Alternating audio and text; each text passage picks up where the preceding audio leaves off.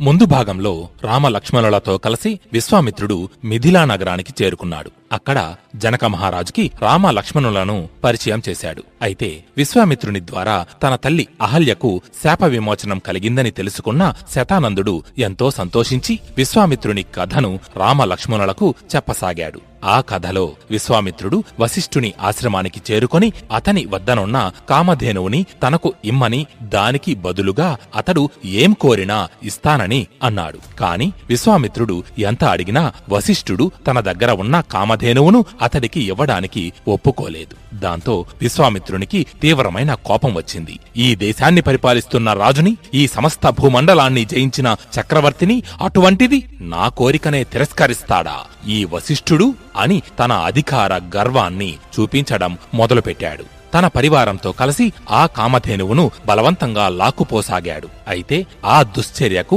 బాధపడిన కామధేనువు శబల ఏడుస్తూ తనలో తాను, అయ్యో ఇదేమిటి, ఈ రాజు నన్ను ఇలా బలవంతంగా లాక్కుపోతున్నాడు. ఇంతకాలం నేను వశిష్ఠుల వారి దగ్గర కదా ఉన్నాను. ఒకవేళ ఆ మహర్షి నన్ను విడిచిపెట్టేశాడా? లేకపోతే ఈ మహారాజు ఎందుకని నన్ను ఇలా బలవంతంగా తీసుకెళ్తాడు? అయినా వశిష్ఠుల వారు నన్ను విడిచిపెట్టేంత అపరాధభావం నేనేం చేశాను? ఇంతకాలం అన్నీ ఆయనకు ఇష్టమైన పనులే కదా చేశాను. ఈరోజు కూడా ఆయన ఆదేశిస్తేనే కదా నేను ఈ మహారాజుకి విందు భోజనం ఏర్పాటు చేశాను. మరి తప్పు ఎక్కడ జరిగింది? ఏం జరిగి ఉంటుంది అని పరిపరి విధాలుగా ఆలోచించి చివరకు అసలు ఏం జరిగిందో, మహర్షి నన్ను ఎందుకు విడిచిపెడుతున్నాడో ఆయననే అడుగుతాను అని అనుకుని ఒక్కసారిగా హూంకరిస్తూ తనని పట్టుకున్న సైనికులను గట్టిగా విదిల్చి కొట్టింది. ఆ దెబ్బకు సైనికులు ఎగిరి చెల్లాచెదురై పడ్డారు. ఆ తరువాత వెంటనే శబల పరుగు పరుగున వశిష్ఠుని దగ్గరకు వెళ్లి ఏడుస్తూ, ఓ బ్రహ్మర్షి, దుర్మార్గులైన రాజభటులు నన్ను మీ వద్ద నుంచి లాక్కొనిపోతున్నారు. మీరు నన్ను వారికి ఇచ్చేశారా? నేను ఏం అపరాధం చేశానని నన్ను వాళ్లకు అప్పగించారు అని అడిగింది.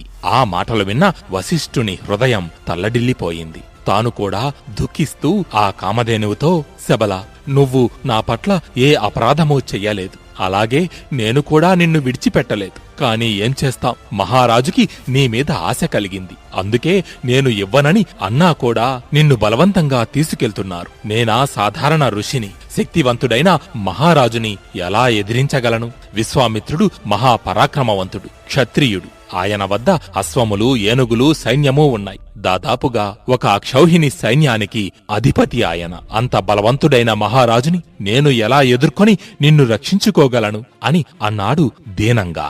దానికి ఆ కామధేనువు, బ్రహ్మర్షి, విశ్వామిత్రునిది క్షత్రియ బలం, కాని మీది అంతకు మించిన బ్రహ్మబలం. అతడి అస్త్రశస్త్రాలు, సైన్యం కంటే మీ తపశ్శక్తే గొప్పది. మీ శక్తి ముందు ఆ విశ్వామిత్రుడు ఒక్క క్షణం కూడా నిలవలేడు. కాబట్టి ఒక్కసారి నాకు అనుజ్ఞ ఇవ్వండి, అతడి సైన్యాన్ని సర్వనాశనం చేస్తాను అని అంది శబల.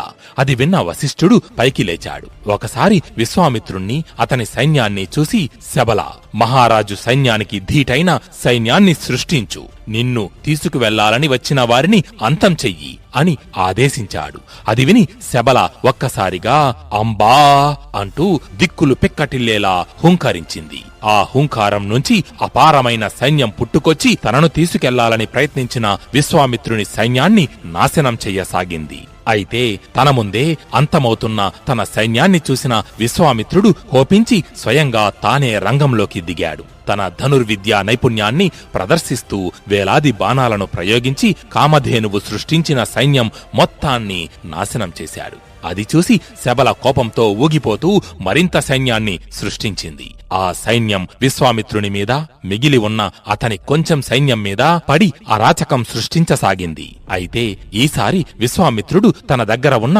దివ్యాస్త్రాలను ప్రయోగించడం మొదలుపెట్టాడు. ఆ దివ్యాస్త్రాల సహాయంతో కామధేనువు రెండవసారి సృష్టించిన సైన్యాన్ని కూడా నాశనం చేశాడు. అది చూసిన వశిష్ఠుడు, శబల, ఇంకా సైన్యాన్ని సృష్టించు అంటూ ఆదేశించాడు. ఋషి ఆజ్ఞను శిరసావహిస్తూ అంబా అని అరిచింది శబల. ఆ అంబారావం నుంచి సూర్య తేజస్సుతో సమానమైన కాంభోజ వీరులు పుట్టుకొచ్చారు. ఇంకా ఆవు పొదుగు నుంచి ఆయుధాలు, కాళ్ల నుంచి ప్లవులు అనే సేనలు, యోని నుంచి యవనులు, రోమాల నుంచి మ్లేచ్ఛలు పుట్టుకొచ్చారు. వారందరూ కలిసి ఒక్కొమ్మడిగా విజృంభించి విశ్వామిత్రుని సైన్యాన్ని పూర్తిగా నాశనం చేశారు. అది చూసిన విశ్వామిత్రుని కుమారులు 100 అమితమైన క్రోధంతో వశిష్ఠుని మీదకు దూకారు. కాని వశిష్ఠుడు తన తపశ్శక్తితో వారందరినీ భస్మం చేసేశాడు. అయితే అలా తన సైన్యం కుమారులు నాశనం కావడం కల్లారా చూసిన విశ్వామిత్రుడు చాలాసేపు చింతించాడు, సిగ్గుపడ్డాడు. అతని శౌర్యం, సాహసం, పరాక్రమం ఎందుకూ పనికిరాకుండా పోయాయి. కొడుకులందరినీ పోగొట్టుకుని రెక్కలు తెగిన పక్షి మాదిరి మిగిలాడు విశ్వామిత్రుడు. కాని చివరకు తన కొడుకులలో ఇంకా ఒకడు బ్రతికే ఉన్నాడని తెలుసుకుని అతడిని రాజుగా పట్టాభిషిక్తుడిని చేశాడు.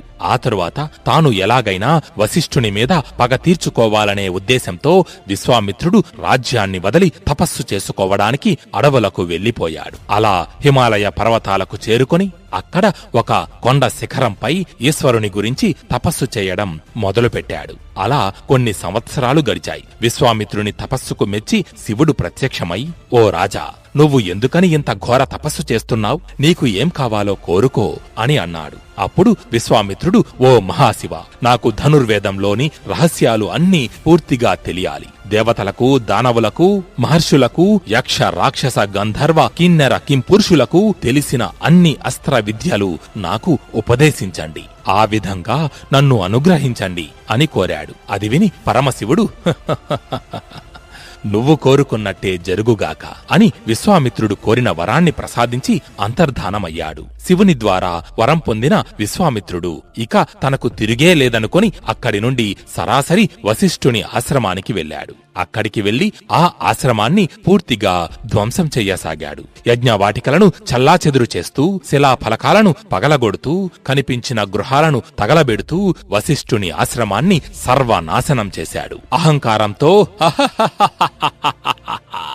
అంటూ అహంకారంతో వికటాట్టహాసం చేశాడు. విశ్వామిత్రుని దుశ్చర్యలకు భయపడి ఆశ్రమంలోని మునులందరూ తలా ఒక దిక్కుకి పారిపోయారు. పక్షులు, జంతువులు కొన్ని చనిపోగా మరికొన్ని పారిపోయి ప్రాణాలు దక్కించుకున్నాయి. బయట జరుగుతున్న కల్లోలాన్ని గమనించి వశిష్ఠుడు తన గృహం నుంచి బయటకు వచ్చాడు. అక్కడ జరుగుతున్న వినాశనం చూసి, ఎవ్వరూ భయపడకండి, మిమ్మల్ని నేను రక్షిస్తాను, విశ్వామిత్రుణ్ణి ఎదిరిస్తాను అని అక్కడ ఉన్న వారికి ధైర్యం చెప్పసాగాడు. కాని అతని మాటలను ఎవ్వరూ వినిపించుకోలేదు. అందరూ అక్కడి నుండి పారిపోయారు. క్షణాలలో ఆ ఆశ్రమం అంతా శ్మశానంలా మారిపోయింది. ఇప్పుడు అక్కడ కేవలం 2 మాత్రమే మిగిలారు. ఒకరు వశిష్ఠుడు, ఇంకొకరు విశ్వామిత్రుడు. విశ్వామిత్రుడు చేసిన ఈ మారణ ఖాండను చూసి వశిష్ఠుడు విపరీతమైన కోపంతో అతన్ని చూస్తూ, ఓ విశ్వామిత్ర, నేను ఎంతో కాలంగా పెంచి పోషించిన జీవజాలాన్ని, వృద్ధి చేసిన ఆశ్రమాన్ని క్షణకాలంలో నాశనం చేశావు. ఇక నేను నీకు అసలు భవిష్యత్తే లేకుండా చేస్తాను, నిన్ను సర్వనాశనం చేస్తాను అని చెప్పి తన బ్రహ్మదండమును చేతిలోకి తీసుకుని విశ్వామిత్రునికి ఎదురుగా నిలబడ్డాడు. ఆ క్షణం వశిష్ఠుడు శాంతచిత్తుడైన ఒక మునిలా కాదు, యమపాశం చేతబట్టిన యముడిలా కనబడుతున్నాడు. కాని విశ్వామిత్రుడు అతన్ని లెక్క చెయ్యలేదు. తన ధనస్సుని ఎక్కుపెట్టి వశిష్ఠుని మీదకు ఆగ్నేయాస్త్రాన్ని వదిలిపెట్టాడు. ఆ అస్త్రం అత్యంత వేగంగా వశిష్ఠుని మీదకు దూసుకుపోయి నీళ్లలో పడిన అగ్నిలా అతడి బ్రహ్మదండం ముందు శాంతించి తిరిగి వెనకకు మరలిపోయింది. అయినా ఊరుకోలేదు విశ్వామిత్రుడు. తనకు మహాశివుడు ప్రసాదించిన దివ్యాస్త్రాలన్నిటినీ ఒక్కొక్కటిగా వశిష్ఠుని మీద ప్రయోగించసాగాడు. అలా వారుణ, రుద్ర, ఇంద్ర, పాశుపత, మానవ, మోహన, గాంధర్వ, స్వప్న, మాదన, సంతాప, విలాప, శోషణ, ధారణ, వజ్ర, ఇలా ఎన్నెన్నో దివ్యాస్త్రాలను వశిష్ఠుని మీద ప్రయోగించాడు విశ్వామిత్రుడు. అసల ధనుర్వేదంలో ఉన్న అస్త్రాలన్నిటినీ అతని మెదకు వదిలిపెట్టాడు. కాని ఆ దివ్యాస్త్రాలన్నీ వశిష్ఠుని బ్రహ్మదండం ముందు నిర్వీర్యమైపోయాయి. ఇంకా విశ్వామిత్రుని దగ్గర మిగిలి ఉన్నది ఒకే ఒక్క అస్త్రం, అదే బ్రహ్మాస్త్రం మాత్రమే. ఏ మాత్రం ఆలోచించకుండా దానిని కూడా వశిష్ఠుని మీదకు ప్రయోగించాడు. అయితే ఆ బ్రహ్మాస్త్రం ఆకాశంలోకి చేరి వినాశనం సృష్టించసాగింది. సమస్త లోకాలు ఆ బ్రహ్మాస్త్ర శక్తికి మండిపోతున్నాయి. ముల్లోకాలు తల్లడిల్లిపోతున్నాయి. అది చూసి దేవతలు, గంధర్వులు అందరూ వశిష్ఠుని వద్దకు వచ్చి బ్రహ్మాస్త్రాన్ని శాంతింపజేయమని ప్రార్థించారు. అయితే బ్రహ్మ తేజస్సుని వెదజల్లుతున్న వశిష్ఠుని బ్రహ్మదండం విశ్వామిత్రుడు ప్రయోగించిన బ్రహ్మాస్త్రాన్ని కూడా మింగేసింది. దాంతో లోకాలు అన్నీ తిరిగి ఉపశమనం పొందాయి. కాని బ్రహ్మాస్త్ర శక్తిని స్వీకరించిన వశిష్ఠుడు మాత్రం దేదీప్యమానంగా వెలిగిపోతున్నాడు. అతని దేహం నుంచి అగ్ని జ్వాలలు ఎగసిపడుతున్నాయి. వశిష్ఠుని చేతిలోని బ్రహ్మదండం యమపాశం మాదిరి ప్రజ్వరిల్లుతూ ఉంది. అప్పుడు దేవతలందరూ వశిష్ఠునితో, ఓ మహర్షి, మీ తేజస్సు అమోఘమైనది. బ్రహ్మాస్త్ర తేజస్సుని మీ బ్రహ్మ తేజస్సులో ఐక్యం చేసుకోండి. మీరు శాంతించి అలాగే మీ దండమును శాంతింపజేయండి అని ప్రార్థించారు. దేవతల ప్రార్థనలను మన్నించి వశిష్ఠుడు శాంతించాడు. బ్రహ్మాస్త్ర శక్తి అతనిలో లీనమైపోయింది. ఇదంతా చూసిన విశ్వామిత్రునికి నోట మాట రాలేదు. స్థానువై నిలబడిపోయాడు. ఎంతో తపస్సు చేసి శివుని వద్ద నుంచి పొందిన వరాలు, దివ్యాస్త్రాలు అన్నీ వ్యర్థమైపోయాయి. అవమాన భారంతో పాతాళంలోకి కృంగిపోయినట్టుంది అతని పరిస్థితి. మరైతే ఆ తరువాత విశ్వామిత్రుడు ఏం చేశాడు? వశిష్ఠుని ముందు తన ఓటమిని ఒప్పుకున్నాడా, లేదా అతడిని ఓడించడానికి మరిన్ని కొత్త ప్రయత్నాలు చేశాడా? అసలు క్షత్రియుడైన విశ్వామిత్రుడు ఋషిగా, బ్రహ్మర్షిగా ఎలా మారాడు అన్న విశేషాలను తరువాయి భాగంలో తెలుసుకుందాం. జై శ్రీరామ్, జై జై రామాయణం.